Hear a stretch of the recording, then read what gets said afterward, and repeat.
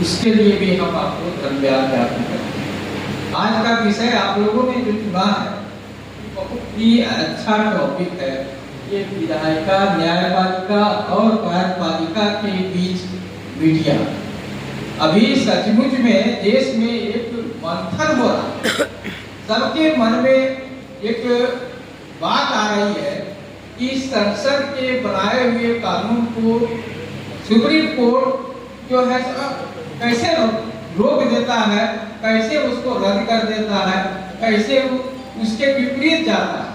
अभी वक्फ एक्ट जो भी बना है उसमें जो सुप्रीम कोर्ट का कुछ भी आदेश तो अभी हुआ नहीं है, लेकिन फिर भी अभी यही कहा जा रहा है, सरकार ने जवाब भी दिया है कि संसद में बनाए हुए कानून को सुप्रीम कोर्ट नहीं रद्द कर सकता है, ना उस पर कोई कार्रवाई कर सकता है। हमको ये तर्क सुनकर बहुत ही आश्चर्य हुआ सरकार का कि ऐसा कहना जो कि संविधान में है ही नहीं, उस चीज को आप सुप्रीम कोर्ट में रख रहे हैं। कम से कम आर्टिकल 13 ऑफ द कॉन्स्टिट्यूशन पढ़ लीजिए, उसमें साफ कहता है कि जब संसद कोई कानून बनाता है और कानून अगर संविधान के मूल भावना के विपरीत कहीं है और सुप्रीम कोर्ट पे ये बात आती है तो उस कानून की समीक्षा करने का अधिकार सुप्रीम कोर्ट को है। और अगर उस समीक्षा के उपरांत वो पाता है कि एक कानून जो है सो कुछ लोगों के हित को आघात कर रहा है, संविधान के मूल भावना के विपरीत जा रहा है, तो उसको रद्द करने का भी अधिकार है। अब आप कहते हैं कि संसद के अधिकार में सुप्रीम कोर्ट का अधिकरण है। हमारे विचार से कि एक सिर्फ सोच का अंतर है या तो आप भ्रम की स्थिति पैदा कर रहे हैं जनता में। और इस समय मीडिया का रोल बहुत ही इम्पोर्टेंट हो जाता है, क्योंकि मीडिया ही एनालिसिस करके समाज को, देश को बताता है कि क्या सही है और क्या गलत है।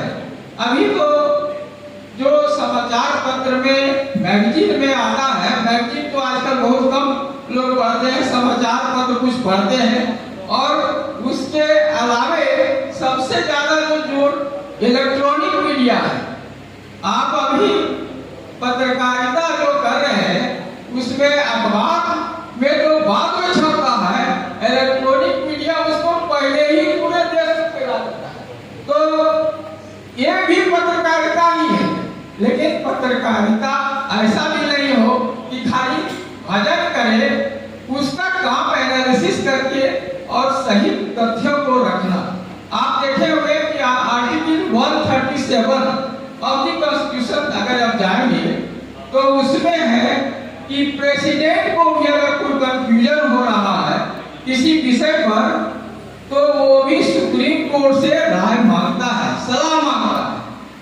अब अगर ये कह दिया सुप्रीम कोर्ट कि अगर आप किसी बिल को लटकाते हैं और सालों लटकाते हैं, ऐसा नहीं, कोई कारण भी स्पष्ट नहीं करते हैं, तो उनका कहना हुआ कि आप 3 महीना तक सोच विचार कर लीजिए, जो करना है आप उसको आदेश पारित कर दीजिए। और अगर आप नहीं करते हैं तो समझा जाएगा कि ये बिल पास हो गया। अब इसमें बहुत हुआ कि प्रेसिडेंट को, गवर्नर को सुप्रीम कोर्ट डायरेक्ट कर रहा है।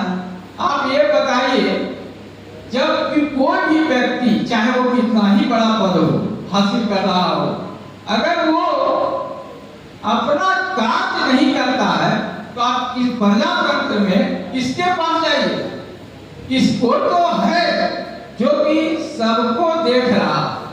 आप लोग भी हैं, आप लोग भी इसी में आते हैं। भले कॉन्स्टिट्यूशनल पावर सुप्रीम कोर्ट को दिया गया है, लेकिन जनता में एक माहौल बनाने का काम तो आपके हाथ में है। तो हम ये नहीं कहते हैं कि आप गलत सलत धारणा बनाइए, लेकिन सही चीज को अवश्य रखिए।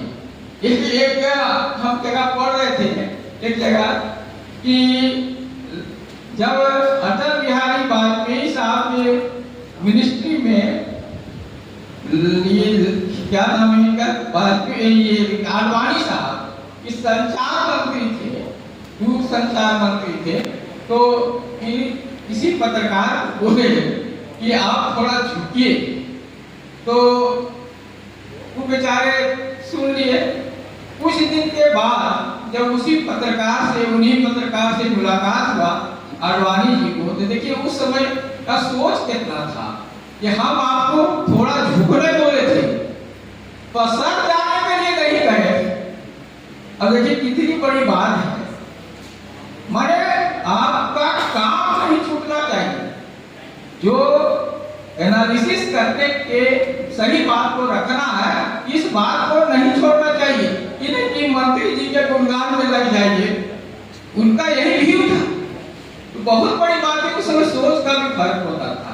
तो हम कहते हैं कि अभी आप लोगों का रोल ये तीनों चीज में बहुत बढ़ गया है।